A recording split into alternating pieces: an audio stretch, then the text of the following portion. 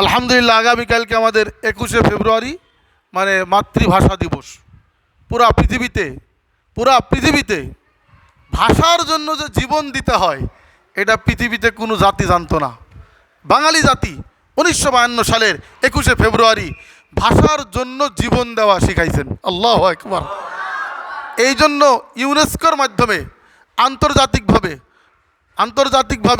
ইউনেস্কোর মাধ্যমে জাতিসংঘে এই প্রস্তাব পেশ করা হয়েছিল যে এক জাতি ভাষার জন্য জীবন দিয়েছে, সেই জাতির চিরস্মরণীয় দিনটি যাতে পুরা পৃথিবীর মানুষের মধ্যে এটা অবিস্মরণীয় হয়ে থাকে, এই জন্য এই দিনটাকে ইন্টারন্যাশনাল মাদার ল্যাঙ্গুয়েজ ডে ঘোষণা করা হয়েছে।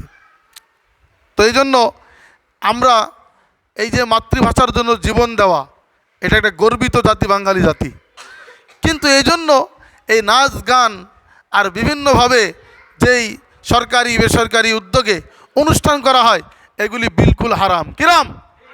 হারাম। কারণ ভাষা আল্লাহর দান, এটা আল্লাহ পাকের পক্ষ থেকে একটা নিয়ামত, ঠিক আছে, কিন্তু ওই নিয়ামতকে স্মরণ করতে গিয়ে নাজায়েজ পন্থায় কোনো কর্ম করা হারাম। আল্লাহ তাআলা বলেন মিন আয়াতিহি ইখতিলাফু আলওয়ানিকুম ওয়া আলসিনাতিকুম, তোমাদের রঙের বেশ কম, তোমাদের ভাষার বেশ কম। ভাষার যে ভিন্নতা, রঙের ভিন্নতা, এটা আমার কুদরত। বলেন সুবহানাল্লাহ। পৃথিবীতে প্রায় 4000-এর উপরে ভাষা আছে, 4000-এর উপরে ভাষা আছে। তার মধ্যে বাংলা ভাষা এটা জাতিসংঘের একটা দাপ্তরিক ভাষার মধ্যে একটা। আন্তর্জাতিক ভাষার এরকম সিরিয়াল আছে, তার মধ্যে বাংলা ভাষারও মান আছে। আমি সৌদি আরবে দেখেছি বিভিন্ন জায়গায় আরবি লেখা, ইংরেজি, উর্দু, বাংলা, 4 ভাষা লেখা। আরবি, ইংরেজি, উর্দু, বাংলা একসাথে যে কোনো সাইনবোর্ডে দেখবেন তাকায় 4টা ভাষা লেখা আছে। তার মানে আমাদের কাছে মনে হচ্ছে যে আমরা বাংলাদেশ কটুক দেশ, কিন্তু পৃথিবীতে প্রায় আমাদের এই আসাম দিয়ে আর কলকাতা দিয়ে, বাংলাদেশ দিয়ে, আরও মণিপুর, ত্রিপুরা দিয়ে, মেঘালয় দিয়ে প্রায় 50 থেকে 60 কোটি লোক বাংলায় কথা বলে। এটি চারদিকের কথা না, আরও আন্দামান দ্বীপপুঞ্জ আছে, ওইখানেও বাংলা চলে, বাংলায় কথা বলে। এবং আফ্রিকার একটা দেশে বাংলাকে রাষ্ট্রভাষা ঘোষণা করেছে, আফ্রিকার একটা দেশে। তো এই জন্য বাংলা কিন্তু একেবারে ফেলে দেওয়ার মতো না। এ ভাষাতেও জ্ঞান বিজ্ঞানের সকল শাখায় মোটামুটি কিতাব রচনা হয়ে গেছে। তো আল্লাহ তাআলা বলেন ওমা আরসালনা মির রাসূলিন ইল্লা বিলিসানি কওমিহি, আমি যত নবী পাঠাইছি সমস্ত নবীকে তার দেশের, কওমের, গোত্রের, অঞ্চলের ভাষা দিয়ে পাঠাইছি। লিউবাইয়িনা লাহুম, যাতে সে তাদের মধ্যে বয়ান করতে পারে, তাদের মধ্যে বয়ান করতে পারে, তাদের ভাষায় বয়ান করতে পারে। এই জন্য আল্লাহ তাআলা নবীদেরকে তাদের কওমের ভাষায় পাঠাইছেন, আপন জাতির ভাষায় পাঠাইছেন।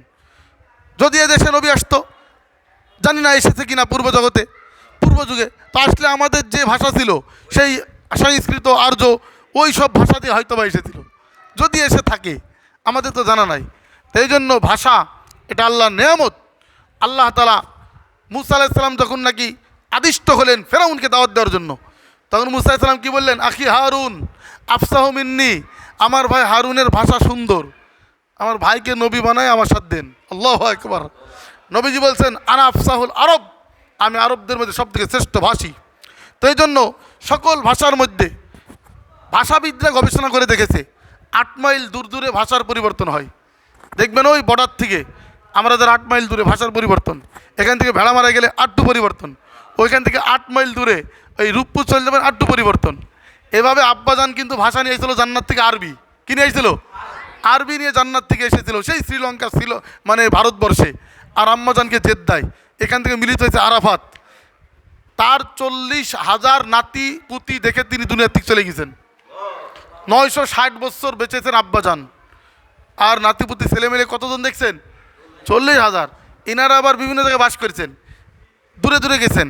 যত দূরে গেছে ভাষা পরিবর্তন হয়েছে, আরবি থেকে ফার্সি, ফার্সি থেকে উর্দু, উর্দু থেকে হিন্দি, হিন্দি থেকে বাংলা, এভাবে সিন্ধি, পাঞ্জাবি, বলুচি, সব ভাষার পরিবর্তন হয়ে গেছে। আসলে মূল ভাষা কয়টা? একটা, আরবি। নবীজি বলছেন আহিব্বুল আরব লিসালাস, আরবিকে 3 কারণে ভালোবাস। কয় কারণে? লিয়ান্নি আরবি, আমি নবী আরবি, লুকাতুল জান্নাতে আরবি, জান্নাতের ভাষা আরবি, লুকাতুল কুরআনে আরবি, কোরআনের ভাষা আরবি, এই জন্য পড়লে পারবি। ঠিক কিনা? আরবি শিখতে হবে তো ইনশাল্লাহ। আরবি আমাদের ধর্মীয় ভাষা, কোরআনের ভাষা, সুন্নার ভাষা, ইসলামের ভাষা, শরীয়তের ভাষা, মুসলমানকে শিখতে হবে। আরেকটা হলো মাতৃভাষা শিখতে হবে, ইন্টারন্যাশনাল ল্যাঙ্গুয়েজ ইংরেজি শিখতে হবে দাওয়াত পৌঁছানোর জন্য। ঠিক আছে ইনশাল্লাহ। আল্লাহ আমাদেরকে এই ভাষা যে একটা আল্লাহর দান, এটা শুকরিয়া আদায় করতে হবে। আল্লাহ পাক বলছেন খালাকাল ইনসান আল্লাহ মাহুল বায়ান, আমি ইনসান বানাইছি, বয়ান করা শিখাইছি।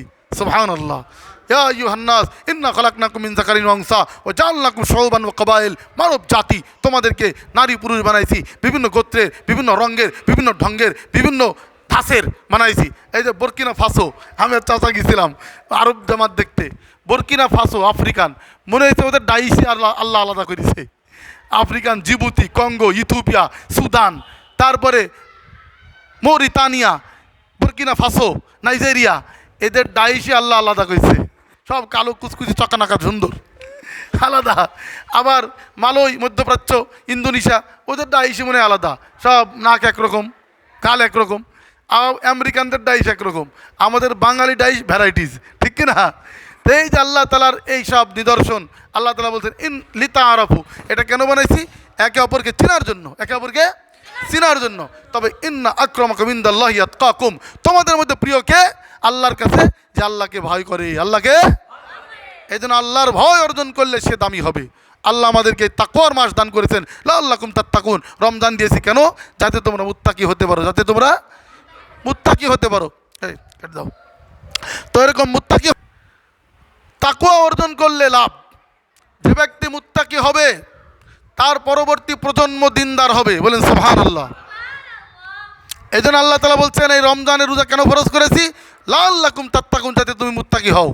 দেখেন ওই যে গোয়ালিনী, ওই দুধওয়ালার মেয়ে মুত্তাকি হওয়ার কারণে হযরত ওমর রাদিয়াল্লাহু আনহু তাকে বৌমা বানাইছে। কি বলেছিল? যে দুধে পানি দিলে, মা দুধে পানি দিলে যদিও ওমর দেখবে না, কিন্তু ওমরের রব তো দেখবে, ওমরের রব তো দেখবে। এই কথার কারণে হযরত ওমর কি করেছেন? তার বৌমা বানাইছেন। এই মহিলার 3 পুরুষ পরে উমর ইবনে আব্দুল আজিজ জন্ম হয়েছেন। উমর ইবনে আব্দুল আজিজ যিনি পুরা পৃথিবীতে ইনসাফ ভরে দিয়েছেন, যাকে দ্বিতীয় উমর বলা হয়। এর কারণ কি? এর কারণ হলো ওই মহিলার তাকওয়ার ফল। আব্দুল কাদের জিলানী, তার আব্বা একটা ফল খেয়ে মাপ চাইতে গিয়েছিল। একটা আপেল স্রোতে ভেসে যাচ্ছিল, মালিক দেখছে কিরে একটা আপেলের জন্য মাপ চাইতে আইছে। হাই হাই, তাহলে তো এই যুবককে ছাড়া যাবে না, বলতে তোমাকে থাকতে হবে। অনেক দিন পরে বলছে আমাকে ক্ষমাকের দিন চলে যায়। বলছে না না, আমার একটা মেয়ে আছে, কানা, খুড়া, ল্যাংলা, বধির, বয়রা, ঠসা, একে বিয়ে করতে হবে। বলছে আচ্ছা ঠিক আছে, আখিরাতে বাঁচতে হবে।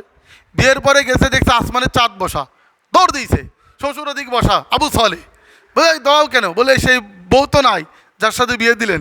বলছে আরে এটাই আমার মেয়ে, তোমার বিবি। বলে আচ্ছা তাহলে তো বর্ণনা ঠিক নাই, কারণ কি? বলছে আমি তাকে বধির বলেছি, তার কান দিয়ে গীবত শেখায়ত গান শুনে না। অন্ধ বলেছি, তার চোখ দিয়ে কোনো অন্যায় হারামের দিক তাকায় না।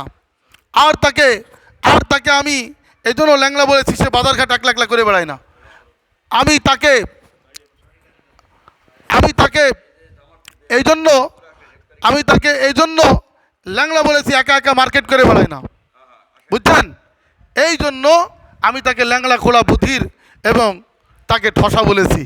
তার জবান দিয়ে নাজায়েজ কথা বলে না, মিথ্যা বলে না, গান বলে না, হারাম কথা বলে না, কারোর সাথে অন্য গল্প করে না, ইত্যাদি ইত্যাদি। এইভাবে এইরকম নারী, এরকম পুরুষ, এরকম বর কনের ঔরসে জন্ম হয়েছে হযরত আব্দুল কাদের জিলানী। বলেন সুবহানাল্লাহ। আবার আব্দুল্লাহ ইবনে মুবারক যুগশ্রেষ্ঠ মুহাদ্দিস, ওনার আব্বা একটা বাগানের মালি ছিল। একদিন মালিক বলছে, এ মালি এদিকে আয়, আঙ্গুর দে। নিয়ে আসছে টক। এই এতদিন বাগানে থাকো, টক আঙ্গুর। বলে আমি বাগানের রক্ষক, কিন্তু ভক্ষক না। আল্লাহু আকবার। বিবির সাথে রাতে মশওয়ারা করছে, আচ্ছা মেয়ের তো বিয়ে দিতে হবে, একটু সেরে মেয়ের বিয়ে দিতে হবে, তাহলে এই মেয়েটাকে আমরা কার সাথে বিয়ে দেবো? আমাদের তো সম্পদ কম নাই। তখন বিবিও বলছে দেখেন সম্পদ তো আল্লাহ অনেক দিয়েছে, একটা দিনদার ছেলের সাথে দেন। বলছে ওই সময় মালিক বলছে আমাদের বাগানের মালি যে, এই সে বড় দিনদার। আল্লাহু আকবার। এতদিন বাগান আছে, কোনো দিন ফল খায় নাই, আঙ্গুর একটা চেক করে নাই। এখন তো ইফতার পার্টি রান্না করতে দিবেন, ও হাফ কেজি রানতে রানতে ফুরাই ফেলবে, ঠিক কি না? বর্তমান জামানাতে অনেকে এক জায়গায় বলছে বাবুর ছেলে রানতে রানতে 2 কেজি খাই ফেলে। এই হলো বর্তমান জামানা, ঠিক কি না? বলছে এই ছেলের সাথে বিয়ে দিব, সত্যি দিয়েছে। আব্দুল্লাহ ইবনে মুবারক জন্ম হয়েছে। তো নেককার তাকওয়াওয়ালা এই রমজান তাকওয়ার সোপান, তাকওয়া অর্জনের মাধ্যম যে মুত্তাকি হবে তার পরবর্তী ঔরসে, পরবর্তী গর্ভে এমন এক ক্ষণজন্মা মহামনীষীর জন্ম হবে যে জগৎকে সংস্কার করে দিবে। বলেন সুবহানাল্লাহ। আল্লাহ আমাদেরকে রমজান তাকওয়ার রমজান বানাই দিই, তাকওয়ার রমজান বানাই দিন। নাহমাদুহু ওয়া নুসাল্লি আলা রাসূলিহিল কারীম, আম্মা বাদ। আল্লাহ তাআলাই আমাদেরকে দুনিয়ায় পাঠাইছেন, আল্লাহ তাআলাই আমাকে আপনাকে দুনিয়া থেকে উঠায় নেবেন। এই যে পবিত্র রমজান মাস, এই রমজান মাস হচ্ছে সিয়াম সাধনের মাস। এই মাসের তাকওয়া অর্জন করতে হবে, আল্লাহর ভয় অন্তরে রাখতে হবে। যার ভিতরে আল্লাহর ভয় আছে সে কোনো দিন খারাপ কাজ করবে না। এই জন্য ঈমান আর আমল সবথেকে বড় দামি। ঈমানের কথা জিজ্ঞাসা করবে কবরে, আর আমলের কথা জিজ্ঞাসা করবে হাসরের ময়দানে। আমলের মধ্যে সর্বপ্রথম ফরজ নামাজের কথা আগে জিজ্ঞাসা করবে, নামাজের কথা আগে জিজ্ঞাসা করবে। এই জন্য নামাজ আমাদেরকে পড়তে হবে, প্রত্যেকেই নামাজ পড়তে হবে, যেহেতু আল্লাহ তাআলা এটা ফরজ করছেন। আর হাসরের ময়দানে এই নামাজ 1 নম্বর হবে। যার নামাজ ঠিক তার সব আমল ঠিক, আর যে নামাজে ঠেকা খাবে সে প্রত্যেক আমলে সে ঠেকা খাবে। এই জন্য আল্লাহ তাআলা আমাকে আপনাকে 5 ওয়াক্ত নামাজ পড়ার তৌফিক দান করুন। এই জন্য আল্লাহর রাস্তায় বের হয়ে দিন শিখতে হবে। আল্লাহর রাস্তায় যখন মানুষ বের হয় আল্লাহ তাআলা তার গুনাহকে সব মাফ করে দেয়, আল্লাহ তাআলা তার হয়ে যায়। বলছে আমার রাস্তায় যারা মেহনত মুজাহিদা করবে, আল্লাহ বলছে আমি অবশ্য তাকে আমি হেদায়েত দান করব। এতে হেদায়েত পাওয়ার রাস্তা হচ্ছে আল্লাহর রাস্তায়। দাওয়াত ও তাবলীগের উপরে মেহনত করতে হবে, যেহেতু আল্লাহ তাআলা আমাদের এই জামাতটাকে পাঠাইছেন। আজ 3 দিন চলতেছে, এরপরে আবার এরকম জামাত এরকম ঘুরতেই থাকবে।